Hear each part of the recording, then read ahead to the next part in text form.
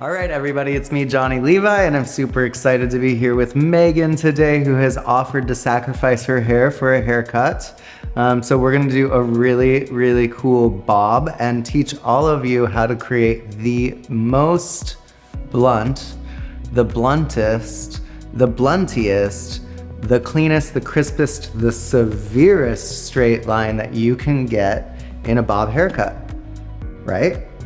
Sure, she says. I don't know, actually. So my questions for you would be, when's the last time you had a haircut? Longest time ago. The longest time ago? Cool. Was it by you, a friend? It was you? During the pandemic. I love this so much. Cool. So she hasn't had a professional cut since 2020 in the pandemic. I hope you don't mind. I'm going to teach the audience along the way how to cut your hair. We're going to talk a bit right now about her density. Density is number of hairs per square inch on the head. And so she has high density actually. She's got a lot of hair per square inch, maybe medium density, but she's definitely not low. And then texture, which is very different than density. That is, how does the hair itself feel? Is it silk, wool, or cotton? And she has silk-like hair, so it's very fine, very soft. It's obviously been lightened, which we love a lot. And I think it's important when you're talking about cutting a haircut that's got a little bit more shape and definition to it, to look at the person's face shape and bone structure before you start. So what I always do is take my beautiful model's hair and I get rid of it completely. I'm using the mirror in front of me so that I can look at her profile and her jawline. Obviously, we're working with somebody that has a beautiful jawline, a nice long neck, and a really cool tattoo to show off. So let's make all of that happen. My question for you is, does it have to go into a ponytail at all, or are you comfortable with it coming up a little bit higher than that? Yeah, you can carry either way. Okay, cool. So some of the things that I like to see when I'm looking for a bob is I want to see from the front that there's gonna be light shining in between the basic outline of the haircut and the shoulder muscle. When it touches the shoulder, that's great. We're talking about a lob then. It's a little bit longer. It does tend to flip out on this muscle sometimes. And for ease and comfort for Megan, I want her to be able to tuck this behind her hair, and we're gonna get a nice clean line just above the curve of this muscle here. Boom, boom, boom, boom. I think because of your cowlick and your framing around your face, we could keep this a little bit longer so that you're just tucking it. You would be able to do a bang or a side bang if you wanted to, but it's gonna cause a little bit more work in your daily life. The thing that we'll lean into later is teaching you how to style your hair without like a lot of work so that you get accustomed to this new identity without going home tonight and kind of freaking out not knowing what to do. Cool? Mm-hmm. How often do you wash your hair? Every day. Every day? Okay, so I'm gonna ask you to start to wash it every other day.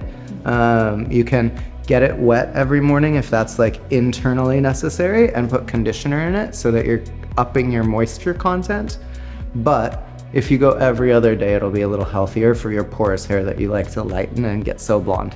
Lastly, like your blowout should last 2 or 3 days without actually having to put work into it the second day. So if you can wake up and just kind of drink coffee and put mascara on and go, it's heaven on earth for every woman, right? All right, well, we're gonna start by a great shampoo using Amika. I am gonna use their Bustier Brass color line, which is their blonde. It has, let me start. Yeah, I'm gonna use Amika's Bustier Brass shampoo and conditioner. It has quinoa proteins in it, so it's actually gonna strengthen her hair as well as slightly tone it to an ashier blonde.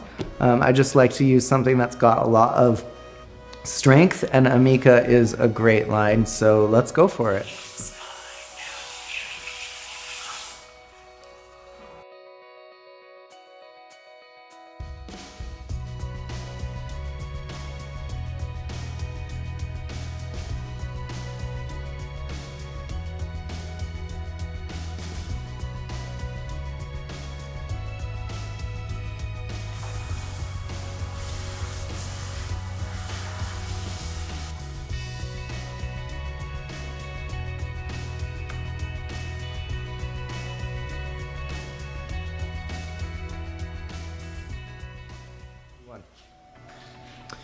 All right, I want to deviate from the haircut itself for just 1 second because I think the turban is something that our culture in the beauty industry is always talking about. I'm going to share how I wrap somebody's hair after their shampoo.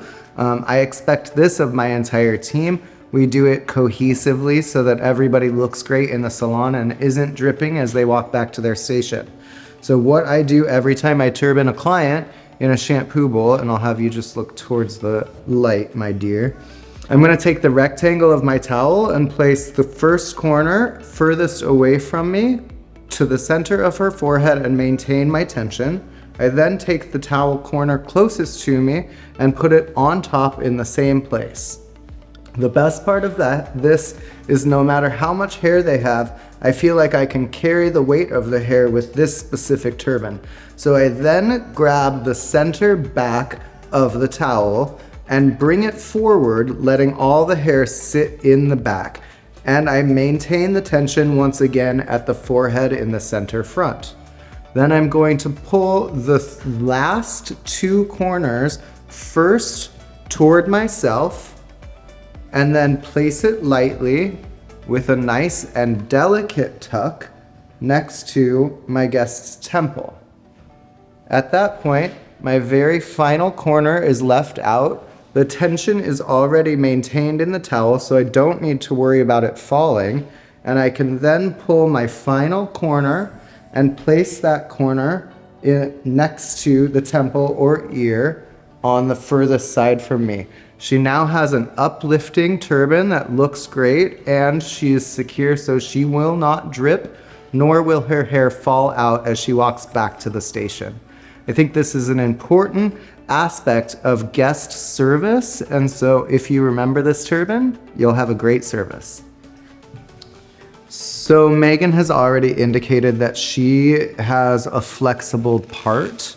I'm gonna part her hair still off to the left a little bit, and I generally think anywhere between my 2 fingers here is a good indication of where to part the hair. So if they part on the other side, as long as it's in between my 2 fingers, I'll be satisfied with the layers that I use. Does that feel good to you? Okay. The first parting of this haircut is very important. I guess I should start by letting everyone know that I was trained in a French technique of haircutting and not British. So you're gonna see techniques that are different than what most of the people throughout the United States use. I hope you're flexible with your education and my terminology, but go ahead and follow the steps, trust the process, and know that I won't guide you into failure. You'll always be led into success when it comes to my education. The first parting of this haircut is very important. Stereotypically, when I'm cutting a long basic outline, I'm gonna cut the hair at the hairline behind the ear for my first section. Depending on the size of the person's neck, body shape, profile, a bob can be a little bit different. I'm actually going to I'll have you turn that way and then look down. I'm gonna take my first section of the haircut at the hairline at the nape of the neck instead. So I'm looking for where the hair ends at the very nape, and I will move the section forward otherwise. I think that it's very important to remain clean and detailed when we're cutting hair so that you can see all of your partings and sections evenly. This is just a good indication of where my first section is. You can see that the vertical parting from the crown of the head to the nape of the neck ends at the very nape corner where the muscle tends to start to curve forward. I always make sure my lines are very clean, and you're not gonna see me section horizontally. I'm going to pull everything down and cut one clean line. Let's do that now. So the very first step that I like to do to reassure safety is have my guests stand so that the hair is falling from their natural posture. And then I double check the length by placing my comb at their profile in the mirror and bringing it to the back, just to be on the safe side.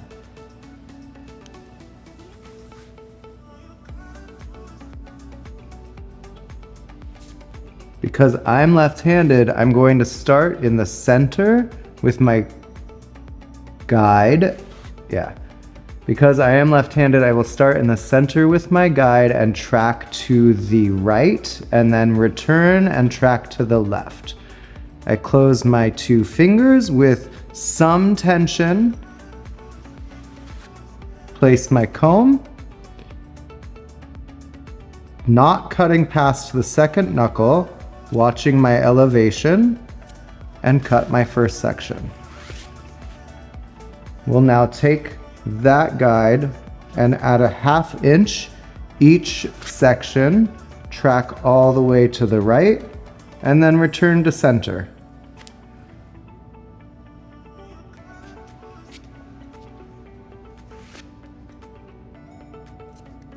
Bro, yeah, I'm such a teacher. Just be cutting hair and stuff. Ooh. Sound effects, sorry. Good luck with that, Jordan. It's like, how do you control a big personality when you're trying to teach a haircut, which is so technical? Oh yeah, you just be me. Okay. My God, I'm so stoked for you. The pandemic is over. Now that I've cut the basic outline all the way to the right, I'm going to go back to center, finding my guide, and move gradually 1/2 inch at a time to the left. I like to okay. One thing I like to ensure is that the grain of the hair is all coming down the skull equally, and that my fingers are parallel with the floor when I'm cutting. Just take that second little section where I just poke at it for a while. Wow, Jordan. Okay, back to work. Me. And finalizing your basic outline in the back by cutting the remainder on the left-hand side. If you're right-handed, this will be a different direction. You'll start in the center and work to the left, and then go back to center working to the right.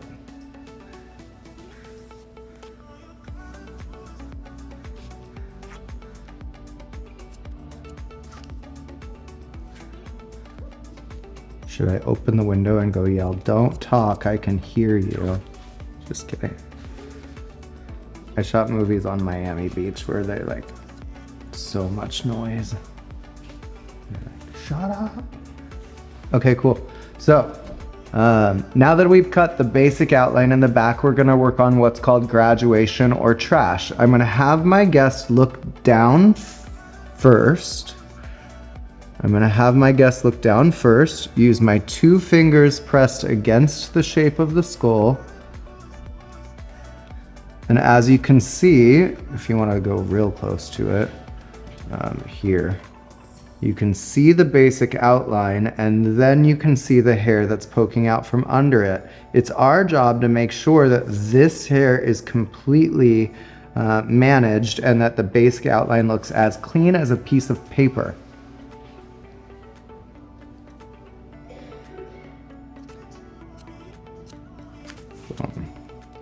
Here I come to this side, Jordan. Got it? 1, 2. Beautiful. Other side.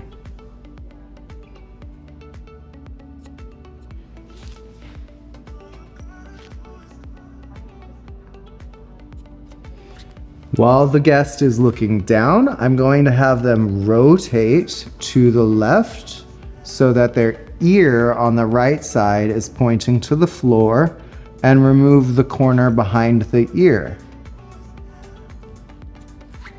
You can then have them rotate while looking down to the right side and do the same thing. Pressing against the let's see. Use your guest's skull as a canvas and press with tension to caress. I don't know what I'm saying, but here's the trash. Take it out. We're good. The reason that I part the hair at the beginning at the hairline at the nape of the neck is because I then have this section behind the ear to utilize, which gives us a lot of variation if decided. I want to create an inverted bob. I can start my angle forward here behind the hair. This next section is like an intermediate section. It can be used to determine how sharp or severe of an angle you want to create with an inverted bob. I find putting the first parting back here at the nape of the neck helps us to create a nice shape that wraps around a person's muscle. In this instance, Megan is going to have a blunt, clean line bob, so we're not going to create an angle here. I just want you to remember that this is an opportunity for you to change the haircut style a little bit. Listen, ears have always been in our way as hairstylists. It's important to make sure that the grain of the hair is nice and nothing is caught up around the earlobe. So I'm going to scoop upward and bring the hair over the ear. Then check my tension and hair at the root.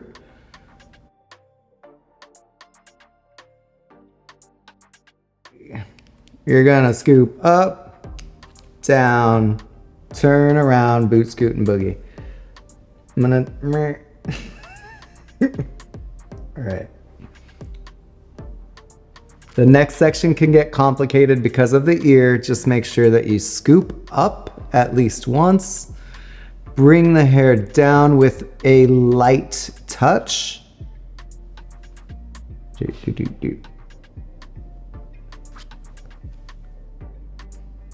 Really watching the angle of your shear when you cut. Then you can check for any graduation around the ear by pulling some of the hair behind it and seeing if there's any longer hairs, and pulling some of the section into the front where you can see right away there's a few hairs that were wrapped around the ear. I can then take that section and continue my tracking forward. And to finalize, I'm making sure that we're not seeing the haircut go. Let's get rid of that. What I'm really looking for here is to make sure that I'm not seeing an angle like this or this, but that I'm seeing a nice clean parallel to the floor line. A nice clean line. Whatever I'm saying. There you go. She got a bob now. Turn and look the other direction. Beautiful. We're gonna do this at the same exact thing on the right side. So I'm gonna take my next section from the crown of the head to the back of the ear. In order to stay organized, I'm going to move the hair forward that's in front of the ear. This is quite a large panel, so let's make sure our combing and our tension is nice and clean. Depending on the hair texture and density, will dictate the tension at your fingers. Coarser, thicker hair is less tension, and fine hair that's straight, you'll need a little more tension for that cleanliness. I'm talking a lot. All right, boom, boom.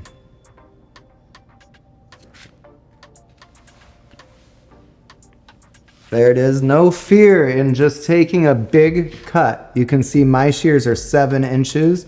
In British cutting, we use a lot shorter shears than mine. Is what I became accustomed to as a hairstylist over the years, was using a larger shear blade. I can't wait to hear what people say about my technique and what I've learned in hair cutting over the years, because I know it is different than the majority.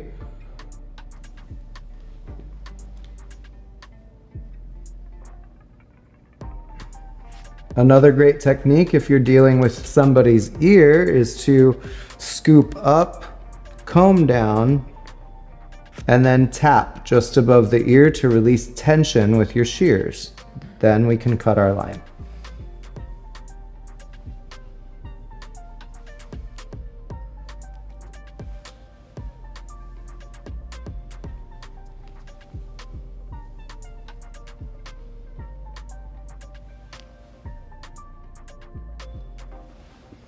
Okay,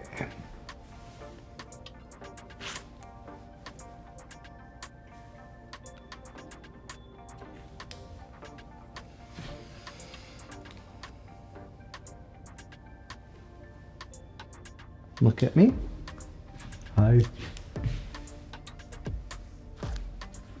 And then look that way again, all the way over your shoulder.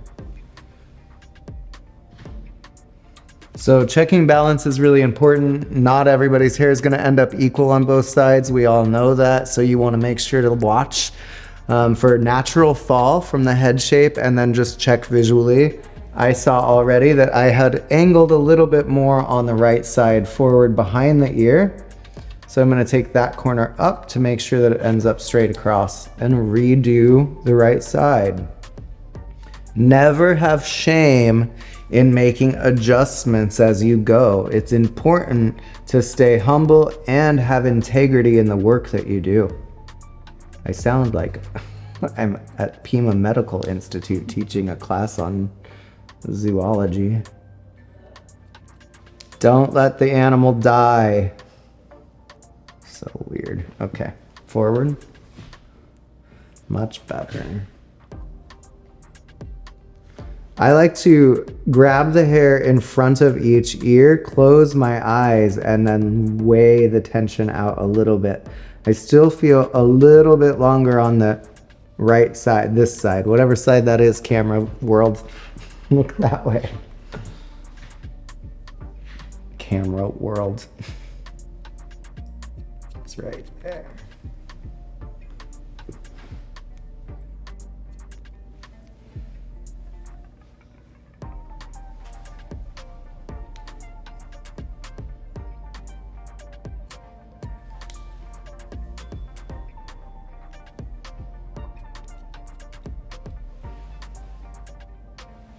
Okay, forward. Better. Cool. You can sit. Amika had a great product called the Wizard. They still do. This is the new version that's silicone free. The other version made me slip on the floor all the time, which I actually liked.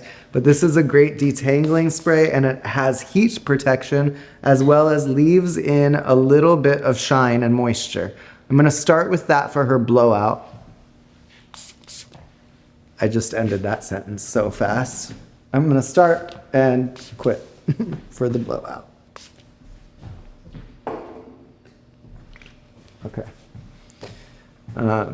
Megan also wants a little bit of volume at the root. This is the Brooklyn Bombshell Blowout Spray by Amika. I am a big fan of this product.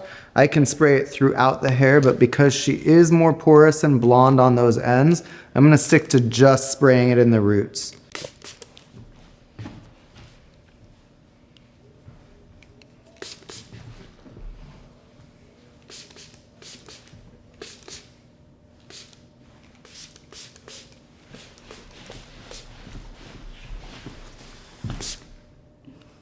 The issue is that hairstylists do not seem to educate the guests enough on how to style their own hair at home in kindergarten fashion, if you will. Not everybody has the skill set or the time to do hair as well as we do in the salon. So what is the best thing that I can do to help you as a person gain knowledge?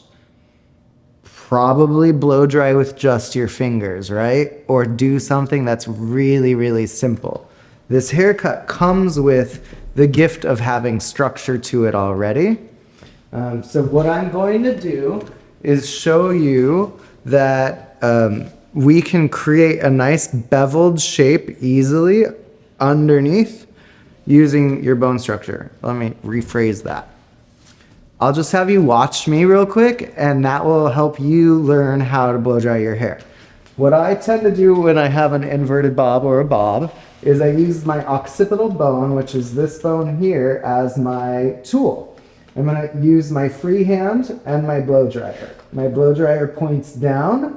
My free hand works as a rake and lifts the hair up. As your short hair falls out of your hand, your occipital bone will cause your hair to curve under naturally, given the airflow. Whereas when we blow our hair towards our face, we're actually flipping it up a lot and causing a lot of texture and movement. That's fun too, but for the sake of checking this haircut, we want everything to be blown dry, nice and smooth and crisp. So, why don't we watch? And I don't have a long enough cord. Boom, boom.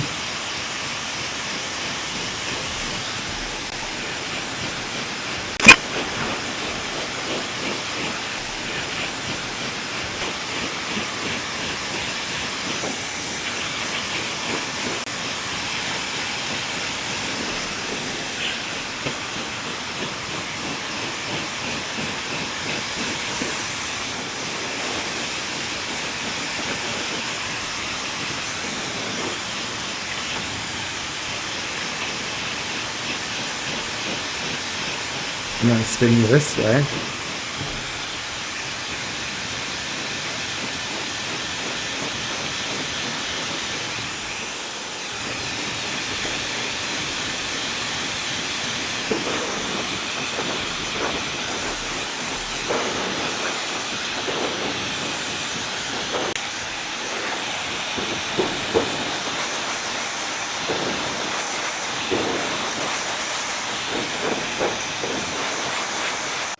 So the cool thing is that's your straight natural hair with just drying by hand, and we've got a great result already. We're gonna go into more detail soon, but the next step of the haircut is a perfect blow dry. I'm gonna use my nice little blow dryer and a Dyson, that's the Dyson.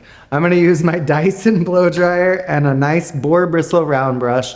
We're just looking for a straight, clean blowout so that I can check the balance, look for graduation, detail the basic outline, and send this gorgeous woman out the door looking. I always start at the hairline behind the ear for my first section, going up to the temple, and I like to keep my clips and my hair clean while I blow dry so I can stay organized.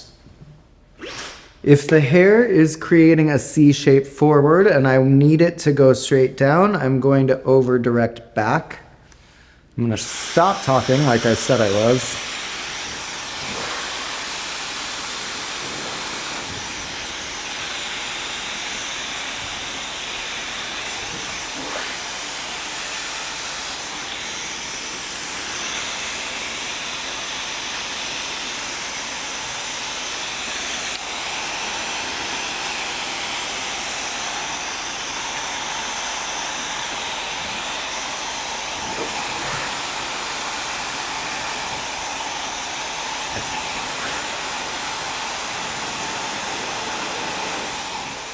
This is the stuff we love, is like, the hair's already pretty, but I'm working on it.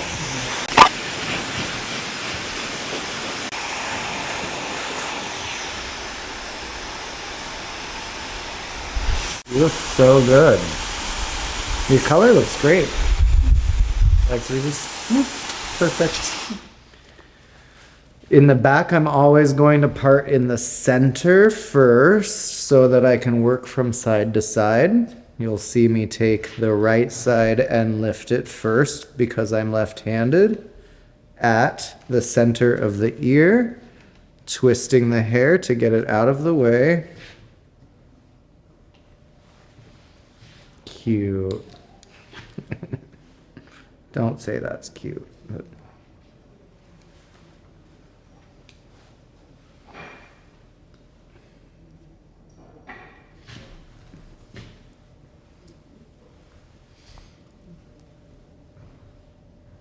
this is the 8-part bob verification.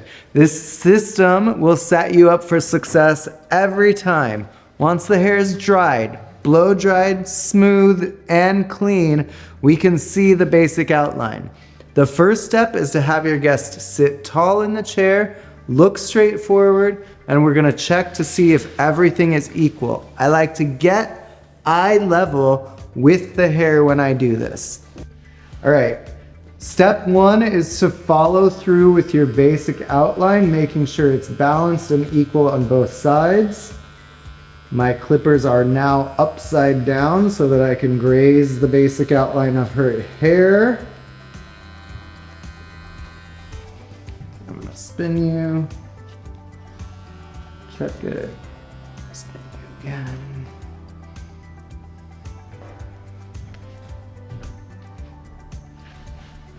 The absolute must when it comes to clippers is that you turn them off when you are combing and sectioning the hair, just in case.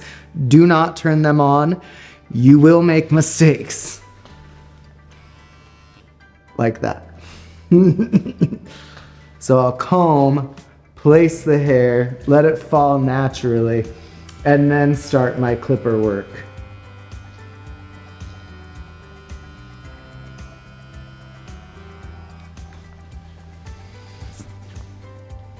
Step 1. Step 2, have your guests look directly to the floor, comb through the hair, and check for graduation at the back of the neck along the basic outline.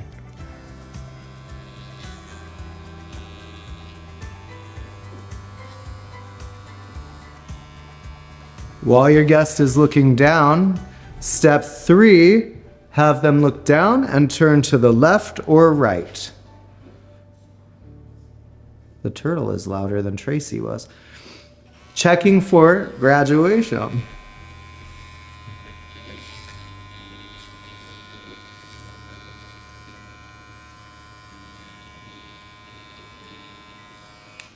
And then step 4. Step 4, have them look down and the opposite direction from step 3.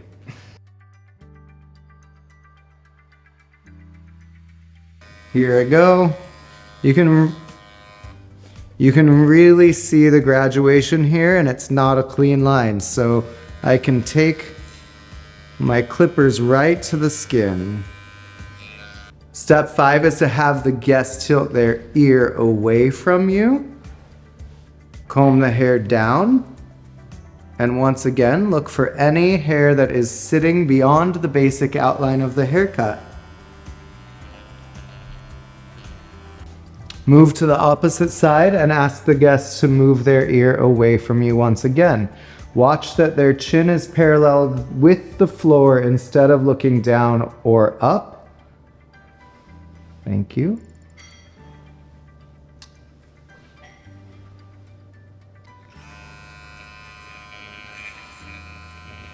Really clean already. Beautiful. So step 7 in the bob verification is a really minute detail that I think is valuable for everybody. If there is no framing in the front, you definitely want to remember step 7 and 8, which is to tuck the hair behind the ear completely and check to see if there's any crazy long hairs moving forward right there. It's up to you how you execute getting rid of that hair. I'm going to take a blunt shear, come from the top, and just cut those 1 or 2 hairs that move forward. You can now see that it's just a clean, crisp line behind the ear. Let me look. Beautiful. Step 8 and the final step of our bob verification is to tuck the hair behind the opposite ear. Once again, it's unnecessary for me to turn that way, but I did. Checking for nothing.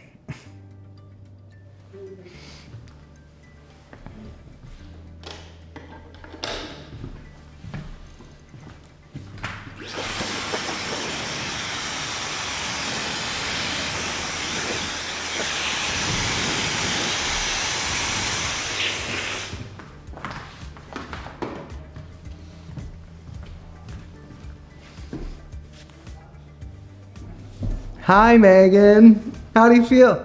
Beautiful. It's so cute. The rest is up to you. This is your bob basic outline. It's gonna get you a very successful clean haircut every time. You're more than welcome to layer as necessary or play with the shape in the front. There's a lot of variation that you can create with this haircut, but you do get a nice, clean, blunt basic outline, which is what we're always looking for. I hope you enjoyed this video, right? Yeah, did you? Okay. I hope that you hairstylists gained a bit of education. It's really, really exciting for me to start to share what I know with everybody. So please subscribe to the channel, follow our Instagram. There's a link below. Be my friend, come get a haircut, be my model. I don't know, come get a tattoo.